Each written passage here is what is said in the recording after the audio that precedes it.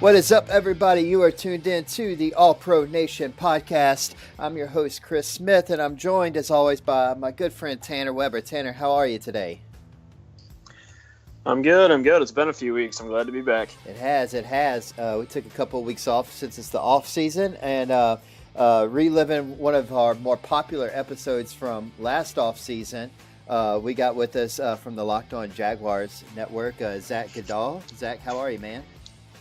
I'm doing good. Really appreciate you guys having me on.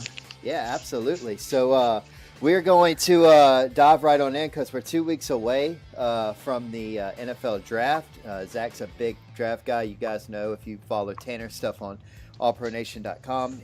He's a big draft guy. So with that coming up here in 2 weeks, that's going to be the focus of today. So let's dive right on in. First, I guess I want to ask you, Zach, overall, what do you think about this draft class this year? I think it's just ridiculously deep at a lot of different positions on both sides of the ball, and that's what's going to make it so entertaining is we're going to see guys go later than we thought they would because of how deep the class is. Like, people are going to feel more comfortable with taking those positions later. We're going to see some reaches at the same time because there are other aspects of it that make it a weaker class. But all in all, I think it's a lot of fun. Obviously, the cream of the crop is at the defensive line that'll be going in the top 10 picks. Teams like Jacksonville, the one that I cover, I certainly don't believe need to prioritize defensive line. But at the same time, I wouldn't be shocked if they went defensive line at all just because of how great this talented group is up at the top of the draft. Absolutely. Calais Campbell's not getting any younger either. He's not getting any younger, and I think that if they go defensive line early, that the plan will be to find his replacement for future years to shed his cap number. Well, I understand that forward thinking. I don't know if they're in the position to make that type of a luxury pick at this point with the urgency that needs to be going on through that building. But at the same time, eventually you'd understand what their logic was if they're sold on their jobs being pretty safe.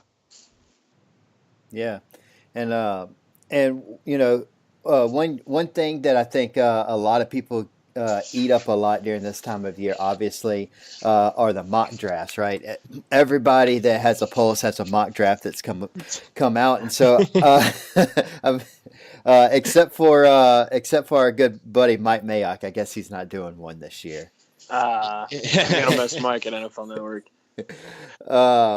But so I guess I want to ask you as we dive right on into the draft talk, the top 10 picks. I'd like to see kind of how you see those falling. So I've done a bunch of different scenarios because I could see, with all the talent that's up there at the top, and if teams feel that they want to trade back and stuff, I feel like it's going to be a crazy top 10 picks, not just a crazy couple of picks at the very start. I've heard whispers of Kyler Murray to Arizona back since we were at the Senior Bowl, as well as a couple of other ones that have really started to come to fruition lately, like Daniel Jones and the Giants match, stuff like that. So while that's almost become expected at this point, I still think that that's going to totally shake up everything once the pen hits paper and that card is submitted on draft night. But as things stand now, I have Kyler to Arizona, Nick Bosa going number 2 to the San Francisco 49ers with their need for edge help. I think that while Quinnen Williams would be a really great pick here as well, pairing Bosa with D Ford gives them a legitimate tandem at edge. And just entering this offseason, edge was far and away their biggest need. So imagine how great of a rebuild that'd be in just a couple months span at that point. Then Going to the Jets, Josh Allen's been pegged as a fit there for a while and what they want to do on defense. I think it's going to be somewhat hybrid with Greg Williams coming in. He says he doesn't want to change too much, but I could see a bit of a shift all in all as to what they're going to do. And getting Josh Allen as a hybrid player, a guy that can stand and rush, drop into coverage, put his hand in the dirt if he needs to, and provide them edge help to pair with Leonard Williams. As much as you, again, would love Quinnen here, getting an edge guy to pair with Williams is something that Williams has not had in his entire career in New York. And I think that'd be a really great tandem right there for interior pressure and edge help. 4th overall, Ed Oliver for the Raiders. I don't know how consensus this is at this point. People talk about loving the idea of it, but you don't really see the mock happening. You hear rumors about, quarterbacks, or if even Quinnen's there, maybe Quinnen and linebackers and edge guys. I think they really like Oliver. They've shown interest in him throughout this offseason. He's an athletic freak. Gruden's got 9 years left on his contract, so he can afford to freaking take huge swings on guys like Ed Oliver, who are just absolute athletic studs. And I think at the same time, he's a really great player. I hate to watch Quinnen slip down this list, but that's been kind of the feel lately, is that there's a shot he could end up falling a little bit. I don't think it'd be very far, but teams might set their preferences. And I think the Raiders, are one of the teams that'd be willing to take a chance on Ed Oliver in the top 5. And finally, I've hated watching him fall. Quinnen to Tampa just feels right. There's been rumors about Gerald McCoy possibly being traded or released at some point. And while, he's shutting them down himself on Twitter, these rumors have been a thing for a while now. I don't think they just came out of nowhere.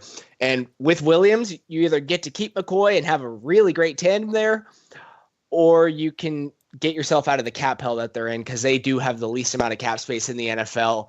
They weren't able to do anything in free agency. So getting McCoy off the books and bringing in Williams, who I think is probably one of the most sure things in this draft, would be huge.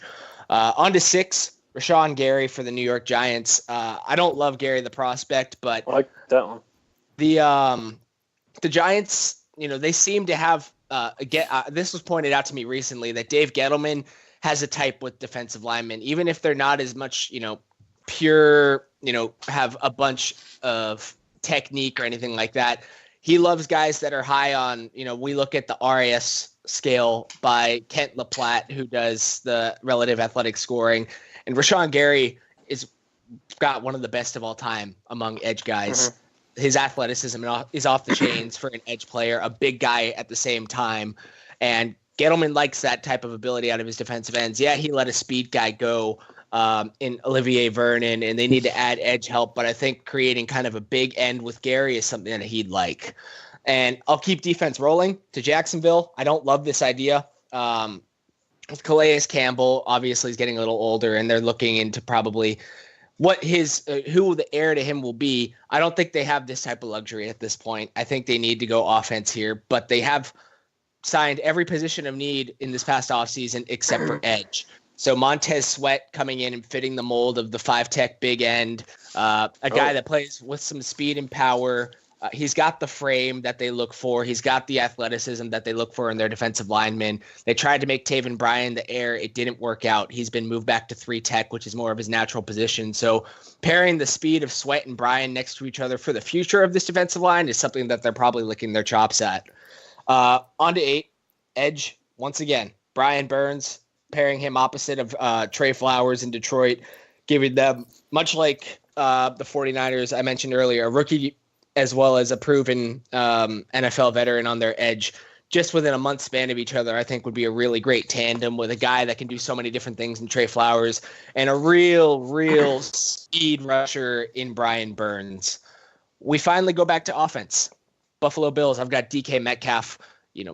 I'm not that big of a fan of Josh Allen. I've made that pretty well known at this point. Mm-hmm. I don't love his accuracy. That's been a concern for me. It still is. I don't really think we saw a ton of growth there, even as a rookie. But, he ran the ball a lot, and people loved that. So I guess that's the growth we're looking at. But DK Metcalf is one of those guys that I don't love him as a wide receiver prospect all around, but he provides the elite freakish athleticism and strength and traits to be a go-get-the-ball receiver, to where that kind of takes away from his need to be an elite route runner, because Josh Allen, with a dude that, is really, really spotty, but can also, get the ball where it needs to be in terms of pure power.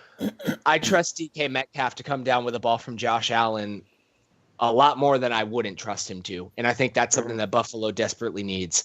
And to round out the top 10, sorry, I'm a little bit wordy. No, you're good. Drew Lock has been, dare I say it, a lock to Denver for as long as I can remember at this point. They could go defense. I'm not in that building, obviously, but it was kind of like the Murray thing. There were whispers about this at the Senior Bowl. John Elway was all over Drew Lock at the Senior Bowl. They were talking a lot. He went to a ton of his games this past year. There's clearly interest there. A guy to come in and learn behind Joe Flacco, who they just went and traded for. Don't have to rush him in. I'm not as big a fan of Lock, the quarterback prospect as a whole, but I'll tell you what, like, that dude is someone that you will grow to respect immediately out the gate. Dude's got a real great attitude, great, mental buildup, a respectable guy that would become the leader of your team. You just got to groom him up as a quarterback. Interesting. So you think Drew Lock's going to come off the board before Dwayne Haskins? I don't think it'd be right. But at this point, yes. Better fit. Just because better fit in Denver. Just because of the idea of how much Elway seems to really like Lock, the fit there. I was all aboard Haskins being the guy for Jacksonville if they didn't land Foles. And quite honestly, if they want to forward think, I would love it if they forward thought about the quarterback position, because there's a 2-year out in Foles' deal. He's never played an entire season of football in his NFL career. So taking him and giving him the Aaron Rodgers role behind Brett Favre for a couple of years, I feel like that'd do Haskins wonders and set this team up for success for a very long time. But I also know that they'll never do that. I'm not going to get my hopes up. Interesting. So while you were talking, I was thinking. So you have Kyler Murray going to the Cardinals. Do you think that Rosen's just a bust, or do you think it's just not a right fit there? No. I was a really big fan of Rosen coming out last year. I had him above Baker. Not much of a difference, but I loved Rosen's, pro readiness, mental ability as a passer, real accurate. And I think we saw a lot more flashes of what he could be in Arizona last year than people give him credit for. They look at the statistics. It wasn't a great year. You got to look at what he had around him. My thing with it more isn't about Rosen. It's more about, who thought that Cliff Kingsbury was going to get a head coaching job, right? Like, no one saw that coming. There were NFL offensive coordinator rumors, but no one saw a head coach coming. And this is his chance to change the game at this point, to change how the NFL operates with explosive offenses. We're seeing the adaptation, but he could bring it to a whole new level. And it's just his connection to Kyler at that point with what he seems to want to do. If he's going to take advantage of it, take it, balls to the wall, then Kyler makes a ton of sense. So what kind of trade capital is Rosen going to bring? So I'd assume that they want to get a first rounder, because they moved up. That just seems logical. But I think if they're getting a first rounder, the only first rounder they're getting is the last pick. And that's because the whole, New England, discussion. Yeah. Everyone hates that idea because, the last thing we need is Josh Rosen to go and learn behind Tom Brady and maximize his potential that we saw of him coming out of college and the Patriots being good for another 15 years, right? Right. But I think that would be the ceiling of a first round pick, because teams are going to be scared about what happened this past year in Arizona, any wear and tear, just the situation that he was in. But I think a second rounder is a totally fair value at that point for teams to send off if those are their worries. I don't think they should try and make it any lower. You hear rumors about the Giants. The Chargers would be interesting. I have no clue as to who's actually in on this. Washington would be another. Yep. And the Patriots have 2 second-round maybe picks. Miami. Yeah, definitely. And I think Miami would be. So whispers I heard around last year is that Miami was actually a big fan of Rosen. And then you look at it and you see who Arizona jumped just to get him. You think that Miami probably had some interest in him at that point. So I think I don't think they're talked about enough because they brought in Fitz. Everyone assumes they're tanking, but I don't know. I feel like if you can get Rosen in Miami for a second round pick, then that opens up so much more for you in the future. You don't have to necessarily think you're tanking for a quarterback, but you can do so much more building around him and also have him learning from a guy like Ryan Fitzpatrick. Right.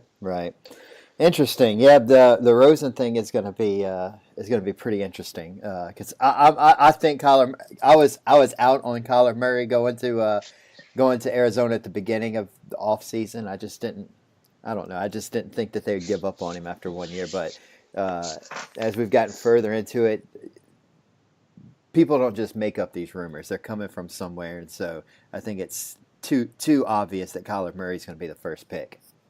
Yeah, it seems the guy that's really pushed this has been Eric Galko of Optimum Scouting. And I know he's really well connected. He's the one that broke Khalil Mack getting traded last year, like a month before it happened. And he doesn't seem to be the type that's looking to break a story, but when he knows something, he's willing to go to bat for, his convictions at that point. So I guess with his recent track record, I have no choice but to trust him at that point. And it might make me look silly, but we'll go from there. I know Eric is incredibly well connected with a lot of agents. And speaking of agents, I thought it was really, really interesting that Kyler's agent went to the meeting in Arizona the other day, who's also just so happens to represent Cliff Kingsbury. Right. See, it's interesting. It's a match made in heaven for sure. Let's keep talking on some draft here. So over the past few months, we've had guys like Ja'Kai Polite who are, you thought might be, a borderline top 10 pick. Who are a few guys, because I know he's been talked about, possibly falling out of the first round here after a horrible pro day. Who are a few guys you think are first rounders but are probably going to drop out?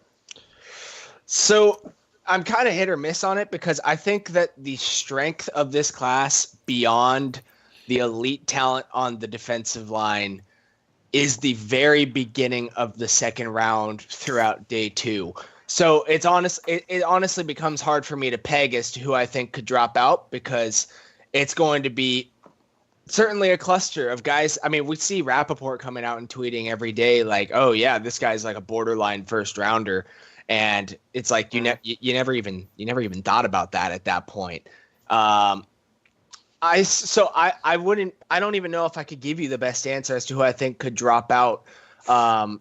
I'm sure some could come to my head, but I could tell you that I think there will be a lot of positional value overdrafted in the late first round because where the strength of these classes are, teams are going to start reaching for them at the end of that first round.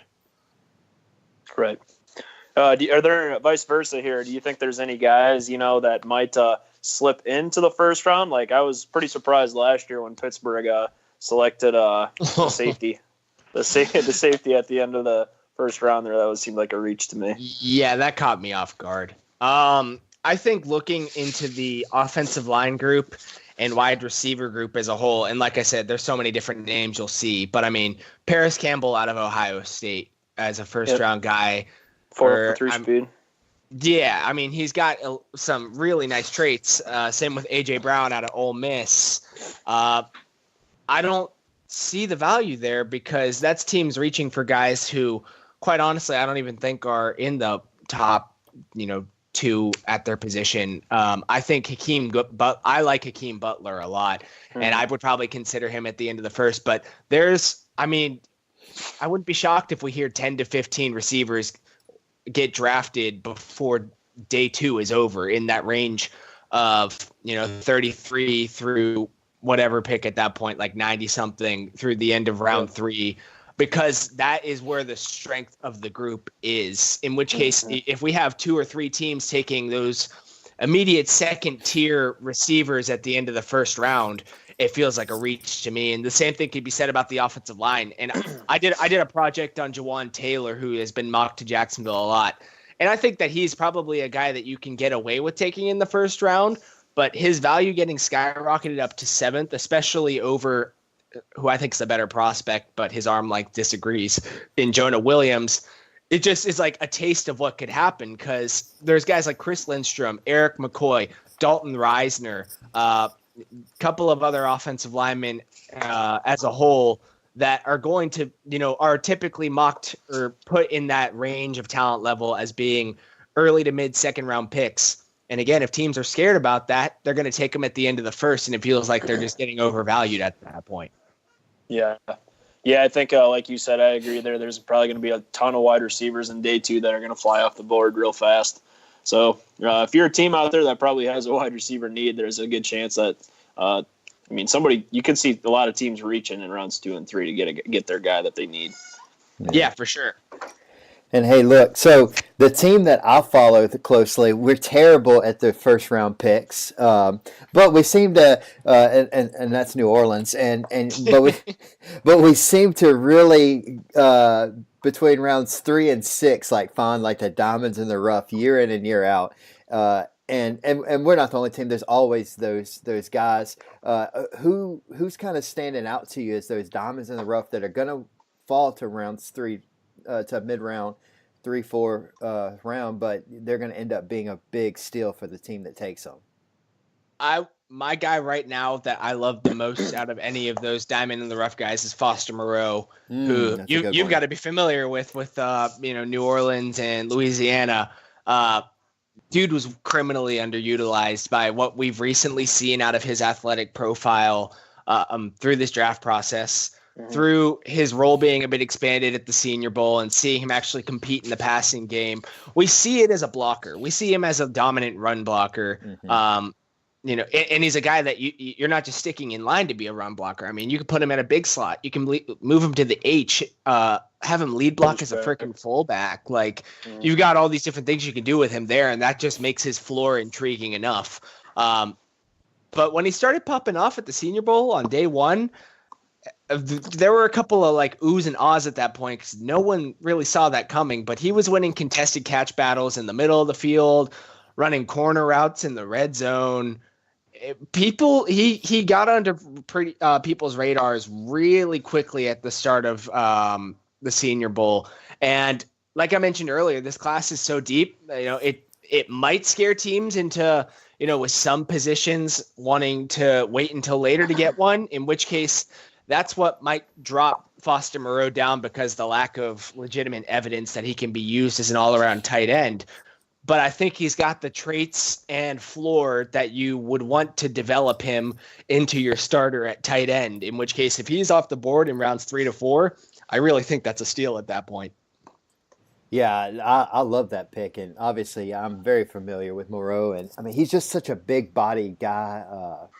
I think I agree. I think he could really develop into an all-star tight end for a team that takes a risk on him. Definitely. Yeah, for sure. Yeah, Zach, I meant to ask you this earlier too, but just because I've seen it talked about a lot, even on NFL Network, Good Morning Football was talking about it, I think yesterday about, the Raiders got 3 first-round picks, but they said they, wouldn't be surprised if Mike Mayock shocks everybody and ends up even trading back again in the first round just because they have so many holes that they need to fill. Is there a team that you kind of see in the first round here that you feel pretty good about trading back and or trading up to get the guy they need? I think of any team early, as much as I said earlier, I love the idea of a blue chip edge prospect for the New York Jets to come in and pair with Leonard Williams. They don't have second round picks this year or next year. And I mean, when they moved up for Darnold last year, I mean, they gave up a lot of seconds, in which case, I mean, that's, like I said, that's the sweet spot of this draft.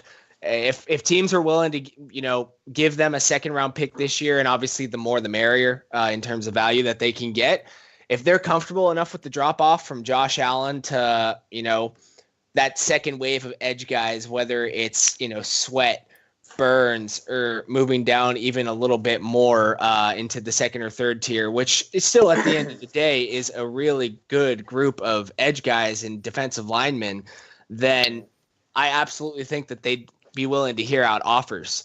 Another team that I could see trading at some point is Seattle because they have, I think, 5 picks this year.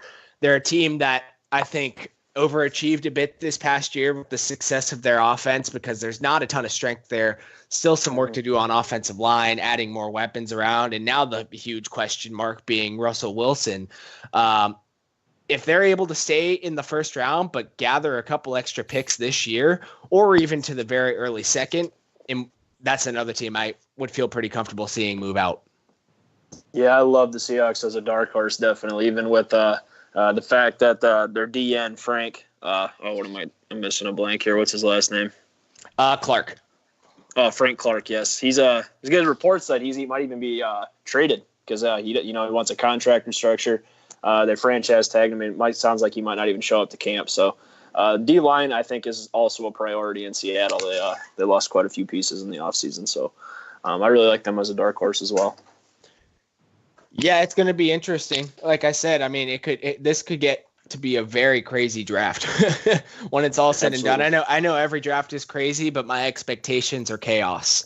Well, and let me ask you this. You did it. I know what you said in your top 10 mock, but do you really think the Giants are going to pass on a quarterback in the first round? No, because I think they really like Daniel Jones. Okay. I think they're willing to pass at 6 because we can clearly tell positional value is not much of a thing to Dave Gettleman. When you look back at what he got for an elite receiver, taking a running back at 2nd overall, to where he might not feel the need to reach for a quarterback at 6th when he's got one at another pick at 17 and be comfortable that his guy's probably going to be there. Okay. I don't hate Daniel Jones as much as everyone else hates him. I don't love Daniel Jones as much as I think the NFL really likes him. I think that 17th would still be a reach, but that teams will consider it.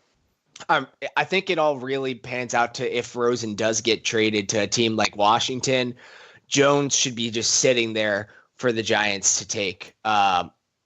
If not, then I do think they might become a little more comfortable with going for it next year, as they still are. They're clearly trying to force themselves into a rebuild that I don't even really think they needed to force themselves into. I don't think they were as far away from being a not bad team as they're making themselves look to be at this point, in which case, they might just want to just totally add blue chip prospects on the defensive and offensive lines in this draft, and understand that things probably aren't going to go their way too well next year with all that young talent, land a QB then and compete. But it seems like a lot of wasted assets at this point, and I think that they would like the idea of Jones if he's there, and if he's not, then they look towards next year. I can't imagine Eli Manning getting a whole nother year as the guy. I hope not, for the sake of New York Giants fans. Anyways. All right. Well, hey, look. So I guess last thing we're going to do is finish up with our draft talk. We'll go in deep with the team you cover, the Jaguars. What 3 players are you most confident will probably end up in Jacksonville come pick 7? My preference is, like I said, I'd love the idea of double dipping in quarterback. I understand that's not going to happen. I understand the logic as to why it wouldn't when they have clearly made Foles the guy. That's just how it's going to work. But a man can dream, right? Right. In which case, I mean, if I'm not going Dwayne Haskins, I immediately look to TJ Hawkinson. That's a good one. Positional value be damned with the tight end position, because I get it. There's only like 3 guys left right now that are truly elite talents. If you're scouting a guy and you see someone that you truly believe is going to become an elite talent, then, I mean, there's some positions that, have a ton of proof saying you don't need to do that, like running back, because you can find starting caliber guys turn into Pro Bowlers. Like not just ones that could shoot in because there's no one else, but guys like, Philip Lindsay is obviously the most recent example of a guy that they found as an undrafted free agent and turned into an undoubted Pro Bowler. At tight end, it's a lot of nobodies after those top 3. So if you believe in the idea that your guy can become an elite player, then that's where I see the difference in valuing the position. And Hawkinson, as well as his teammate, Noah Fant, can both do that. I think they serve different roles. Jacksonville runs a lot more of a traditional, power style offense. So they would fall. I'm sure that they're in love with TJ Hawkinson's blocking ability. Yep. It's blue chip. It's some of the best that I've seen out of a tight end coming out recently, and that just makes his floor high enough as it is. And there's explosiveness as a receiver on all 3 levels of the field. He can add more routes to his arsenal on all 3 levels, but he's also proven that he can at least, do really well on all 3 levels with some routes. And that's what raises his ceiling. It makes him such a high floor player, and I still believe there's room for growth there for him to eventually hit all 9 routes of the tree. Whereas I think, you could probably label him down for 5 or 6 right now that you're confident he could be poised with. On top of him being, a vertical threat, a contested catch weapon. And the cherry on top here is that in the past 2 years with Philadelphia, Nick Foles has thrown to tight ends on 33% of his targets, which is, I'm not sure of the official ranking, but I know it's near the top of the league among quarterbacks that qualify. In which case, are you really going to go into the season with James O'Shaughnessy and Jeff Swaim as your 2 guys? Tight end 2 and 3s on most rosters in the NFL. Hawkinson's a top 10 talent for a reason. And that's why I really love his fit here. Offensive line, I'm not as big a fan of Jawan Taylor as more compared to a proven guy in Jonah Williams. The Jaguars have a hole at right guard, in my opinion, because I'm not a fan of A.J. Cam. They're riding on a 4th-round pick from last year and Will Richardson at right tackle, who I believe in a good bit, but at the same time, I'd understand upgrading the position.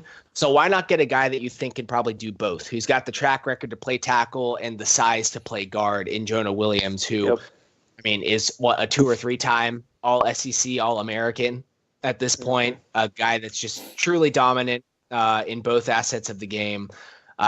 Those are my 2 guys there really on offense, and Haskins being the dream pick. Interesting. So I know for me, I liked seeing 2 years ago Jacksonville, come up from the basement of the NFL, really make a run at a championship, just to see it all kind of fall apart this past year. Are they gonna? They clearly have the talent, though. That's what's so disappointing. Are they posed to have a bounce back year and kind of get back into the playoffs? That's my thing, is if they're thinking that they need to draft luxury picks like a defensive lineman who will play 40 to 50% of the snaps this year, as great of a talent as they might be, if that's the role you're targeting in the top 10 with one of the most talented defenses in the NFL and an offense last year that looked like it might be able to compete in Division II football, I don't think it's a luxury that they can afford at this point. I think that if they can nail this draft with a lot of talent on offense, and I keep using the word blue chip, but guys that you can get to come in and contribute immediately and, also turn the morale of the team around, because I think they're looking for available leaders. Those are the 2 important things, because injuries hurt this team so much and the locker room got away from them last year. So if you can find available leaders to contribute on offense, I think that there's a chance that they've got the talent here to turn things back around, but they've got to nail that. They can't be looking at luxury picks.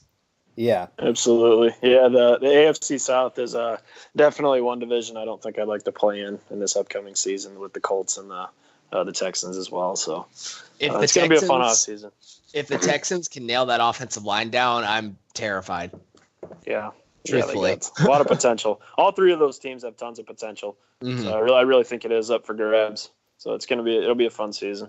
For sure. All right. So one last thing before we let you run, just because the 2 biggest fan bases, obviously, that follow us are the Vikings and the Saints, just because that's who me and Tanner cover and we interact with the most.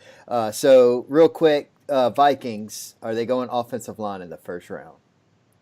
I think you guys can mirror Zach. Zach. I think if the right guy's there, they need to. My memory's lapsing. I follow some Vikings guys on Twitter, and they've made it seem like a point that there's been offensive line talent available when, folks were, clamoring for them to take one, and they'd pass on it in recent years, correct? Mm-hmm. That is correct. So if that's going to happen again, then, if that's the vision that they have on offensive line, is that they don't value it like that, I'm scared they won't.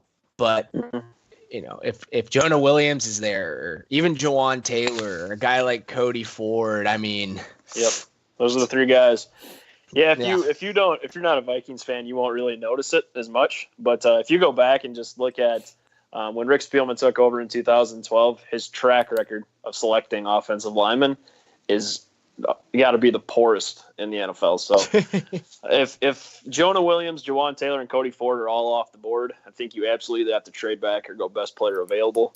But I'm not gonna get my hopes up and say it's gonna be an offensive lineman because he seems to surprise me every year. So we'll see what happens. Well, and then this one will be easy since they don't have a first round pick. But do you think the Saints trade up into the first round, maybe to try to get one more playmaker to go alongside Michael Thomas on the offense to try to win Breeze a Super Bowl before he retires, or do you think they just kind of stay put? Well, you'll need to remind me now. Where are their picks currently sitting at for this year? Okay, so they don't pick till round 3, I think, right? Yeah, Chris? they don't have a pick till round 3. So Yikes! I personally just do not see them sitting still. That's just not the Mickey Loomis, Sean Payton way to Right. wait. And so 2 teams that I've kind of been throwing out there: the Raiders at 27 and the Patriots at 32. There's almost every year there's some sort of trade with New England. New England and the Saints do a lot of trades together. Right. You have to part with quite a bit of capital to reach. And so that with far. New England having 2 2s and 3 3s, I think they'd be willing to let go of number 32 if the price was right. Well, it clearly seems like Oakland is all right with moving players around at this point. And I think that I just looked it up, and it looks like the 1 pick in the first 4 rounds for the Saints is pick 62. So I think if they're willing to part with that and a player to move up to 27, that would probably be the most likely what Oakland's trying to do. They're cool with player trades, whether it's to or from at this point. That, obviously New England, they do so much different trading, but I feel like they love to acquire those like day 2 picks with the value and their comp picks that they hold on to as well, to where I think if any Oakland, I think would be a really probably one of the solid matches out of any team that New Orleans would try and trade with. Right. The only reason I'm going to say they don't trade up with the Patriots is because I think the Patriots actually, correct me if I'm wrong, I believe they have 12 picks. That's the most of any team in the league. So if anything, I feel like the Patriots would trade up this year. But Belichick does a lot of moving around come draft day, so we'll see what happens. It's going to be interesting for sure. All right, so Zach, do you have any other final thoughts before we let you run?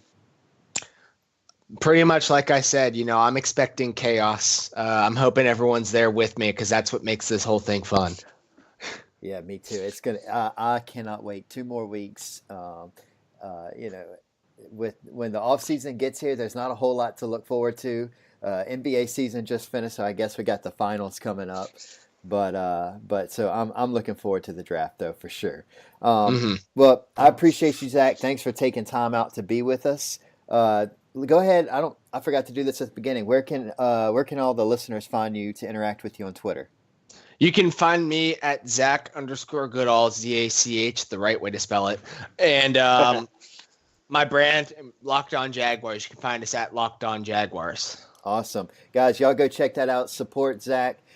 We appreciate you for coming on, and hope you good luck this year, and hope you enjoy the draft, and we'll talk to you later.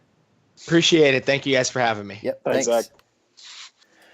All right, so cool. We appreciate Zach joining us as always. So I hope you guys enjoy that. Tanner, are you ready for the draft, man? Oh my gosh, I can't wait. I know you look forward to it. I always look forward to the draft. Now, one thing I do know you really look forward to every year, you're a big hoops guy. Yes, sir. And so a couple things going on. NBA season officially over. Heading into the NBA playoffs, and we also just finished up March Madness, and we have a new national champion. Where do you want to start? Let's talk about it for a second. My bracket was crap this year. This is the first time in a long time I didn't pick a single team to make the Final Four this year, which is really depressing. And of all the 1 seeds, I thought Virginia was like the least likely to make it. When the 1 seed started dropping in the Sweet 16. Yeah. I was like, what the heck is going on? I know. When Duke falling to UCF, and then who else? What other 1 seed lost? UNC got beat by Auburn. Yeah, UNC got beat by Auburn. And Gonzaga got lost to Florida State. No, they didn't lose to Florida State. I don't think, did they? Yeah, Gonzaga. Yeah. Oh no, they beat was it Florida State. No, they beat Florida State. Yeah, it was the next round. It was the It's next round. Texas Texas Tech. Yeah, No, Texas it wasn't Tech. Texas Tech either. Was it Texas Tech? It was. They lost 75-69. Yeah, it was Texas Tech. Okay. Yeah, and then of course, Virginia all the way through Texas to beat Texas Tech 85-77. That was a hell of a game. Yeah, I had no teams in the Final Four of the championship, but regardless, it was a really good championship game. It was really fun to watch. Yeah. And Duke falling to Michigan State. That was a nail biter too. Yeah, Duke kicked themselves in the butt at the end of the game. Too many turnovers in the second half. Yeah, so that was fun, and then of course now we have the NBA playoffs. Who do you like? Who do you like in the NBA playoffs? Do I really have a choice? Yes. All right, so let's start. I'm pretty sure Eastern the Conference, Warriors. the number 1 seed Bucks. Do you think? Definitely. No, I like the Bucks. I like the Bucks to make the finals. Okay. Let's see, and then so at the Western Conference, I mean, obviously the Warriors. Yep. Yeah. I think the Bucks will probably. I think they have a chance to maybe steal one game in that series, but I really just don't think. The Warriors, they have this thing where they kind of like mess around all year, and then when they really decide that they need to play, they kick it in gear, and they're just probably the best team of all time, unstoppable. Our buddy Victor Logathetis, his 76ers are in. Yes, sir. I don't think they'll make it very far. Sorry, Vic, but they are in. All right, I gotta ask you though, guys. If y'all don't know this about Tanner, I'm about to spoil the beans. If you follow him on Twitter though at @purple_post, you might know that Tanner is there's another purple team that he's really big into. Oh my gosh, here we go. Who literally in the last week have fallen apart and are a shell of what they were. Man. Come on, man. What's going on with the LA Lakers? I don't know, man. I just I know a lot of people love LeBron out there, but I just have this like mindset in my head right now that he just like tore the locker room apart. Oh yeah, well he made all the young guys think he was trying to get rid of them, and he was. I just don't think there's any respect there, and I'm just like I honestly like just want to trade him now. I mean, he's on the back half of his career. I don't even care anymore. It's not worth it to me. I also don't think Magic Johnson was necessarily the best, president of operations. I hate when teams tie themselves to players like the Broncos do with like John Elway. They can't fire him. They're afraid to fire him because they were afraid of the franchise. They got statues built around the stage or the stadium and the arenas. You can't fire those types of guys, so they either have to resign or you're screwed. Well, and you know what? I'm fine with hiring former players, but they can't be the person making the calls, right? Like John Elway and Magic Johnson, they're the ones making the decisions, and that's when things get a little dicey. You know, if I have no problem with the Lakers having Magic Johnson there, because he was such a popular and beloved player. It's more of a figurehead, but once they put him in a position to essentially make all of the decisions, it was never going to work. I agree, sir. And then they got a few different options they could do. They're obviously not going to get rid of LeBron, so what they have to do is get rid of all of their core players this summer. That includes Lonzo Ball, Kyle Kuzma, etc. And you got to kind of start fresh, I think, with a new locker room. So. And where do you think it sucks? And where do you think Anthony Davis will end up? I think Anthony Davis is going to be in a Celtics uniform next year. Interesting. That's what I think too. That's my best guess. And you know what? We'd be remiss if we didn't at least mention two absolutely phenomenal greats retiring, playing their last game in Dwayne Wade and Dirk Nowitzki. It's almost sad to see those two hanging it up. Man, I was just thinking about this when he was doing his retirement speech at the arena, Dirk Nowitzki. That 2011 Mavericks team was probably like my second favorite team of all time. Like, obviously, I'm not very old, but like, obviously, I think the 09 Lakers were my favorite because Kobe just like willed them to a championship. But Dirk beating like the big three in that finals was incredible. Yeah. And I loved it. I'm definitely gonna miss those guys. All those guys that era's over now. Manu Ginobili's gone. Tim Duncan, Kevin Garnett, Ray Allen, Kobe, Dwayne Wade. I'm sorry. Yeah. And Dirk. So. Yeah, it's sad. It's sad. We're officially and and if you think about it, the LeBron era is not going to last much longer either. Yeah, man. I don't know. He's kind of one of those guys. I feel like he's going to retire going out where he's still pretty good. He's not going to, be towards the end of his career like Kobe and Jordan where he drops off the cliff and his production's not nearly as good as it is. So, I don't know. I feel like the prime LeBron years are over. He's still obviously top 3 player in this league, but I don't know. What would you say? 4 or 5 years yet, maybe? I think 5. Hang it up? I think 5 and he hangs it up. Another 5 years. Yeah. So I've seen a lot of speculation out there. I can't pinpoint the exact age of LeBron's son, LeBron Jr. But I've heard people saying he is going to, graduate, go to college for a year, and then try to play with his dad. Yeah, I've heard that too. I want to say he's a senior in high school. Let me check it quick.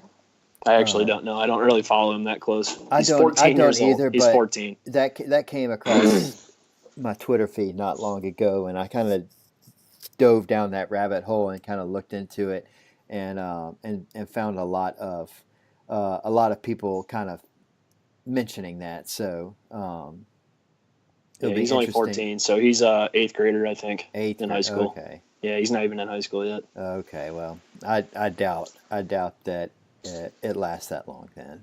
Mm-hmm. I doubt that it lasts that long, but be close. Be interesting. LeBron he'd have to be 40, I think. He'd be about 40. Yeah, I think 5 years and LeBron's done. Well, I mean, if he plays till 5 years, his last year he would have maybe 1 year. Yeah, so we'll see. That'd be interesting. That would be really cool if that happened. Oh, absolutely. I'm not a LeBron fan by any stretch of the imagination, but that'd be cool if that happened. But anyways, so there's that, and then let's see what else is going on in the world, in the sports world. Have we not hit on? It hasn't really been talked about a whole lot. The preseason schedule came out 2 days ago. I think the NFL schedule release. I'm sorry, got mumbo jumbo in my mouth. It's either probably Wednesday or Thursday of next week. So you got that to look forward to too. I always enjoy that. Yeah. I'm gonna try to hit a road game for the Vikings this year. Yeah, it's I can't wait. It's gonna be a fun year. I think there's gonna be a lot of. I have a feeling that this year in the NFL is going to be a lot more competitive than what we've seen in the past. I hope so. I think that I think that it's gonna be a lot of teams vying for playoff spots, and I feel like nothing's gonna be locked up till the end, and I think it's gonna be fun. I got one more topic I want to hit before we call it quits today. All right. Have you read the Aaron Rodgers Bleacher Report? I mean, no, I haven't, but... You haven't read all that speculation about these former teammates coming out against him saying, he's basically trash? I mean, we all knew that Aaron Rodgers is an asshole. I don't know why anybody thinks that's a surprise. I just love it, personally. I mean... he really is. He's got a few people out there, like James Jones, obviously, former wideout, Greg Jennings, his current running back, Aaron Jones, those guys, Ryan Grant, all those guys defend him, but then you got a bunch of guys like Jermichael Finley and a couple offensive linemen that just have come out against him. Just not fun to play with. Not a respected person. Ran McCarthy out of town, which he did. What's that? Ran McCarthy out of town. Oh, he did. He absolutely did. Because I mean, at the end of the day, you're not going to give up your star quarterback over a head football coach. I mean, McCarthy was never going to. McCarthy was never going to last. So. Mm-hmm. Yeah, I remember it was actually Equanimus St. Brown, the rookie wideout from last year. He's going into his second season this year, but he came out. He had a large statement about last year when they were playing in New England on Sunday Night Football. I think it was late in the fourth quarter, close game. It was like fourth down or third down or something, and I think McCarthy told him to run a quick slant, I believe, or a post or something, and Aaron Rodgers told him something differently. And I think the coach has grilled him for that because he ended up listening to Rodgers instead. So at that point, I think it was a done deal that McCarthy was out of town. The organization wasn't going to, keep McCarthy instead of Rodgers. Yeah. Well, I don't know why anybody's surprised. We all knew Aaron Rodgers was a dick, and so y'all just enjoy that in Green Bay. Oh my goodness! I know. I like my All-American quarterback in Drew Brees. Good guy. Yep. Best character. There you go. Good guy. Absolutely. Well, I guess we're going to go ahead and end that. So we will be back. I guess we're going to be back next week. We're going to do last pod before the draft. Yeah, we're gonna do one more. Are we doing the an interactive this weekend? Yeah. You know what? That is actually a good question. We haven't really talked about that yet. I might actually do it this Sunday because the Sunday before the draft, the Sunday before the draft is Easter, and I don't really think we'll get a whole lot of interaction. So this Sunday might be best. Then. Okay. All right. So I could probably squeeze that in. Interactive mock draft. Then next week we'll go over it and I guess we talk draft, and then the real thing will be here. Yeah. So we'll do that, and but until next week, guys, you know where to find us at allpronation.com, on Facebook and Twitter at allpronation. You can follow me at 318 Chris Smith, and you can follow Tanner at purple_post. And until next week.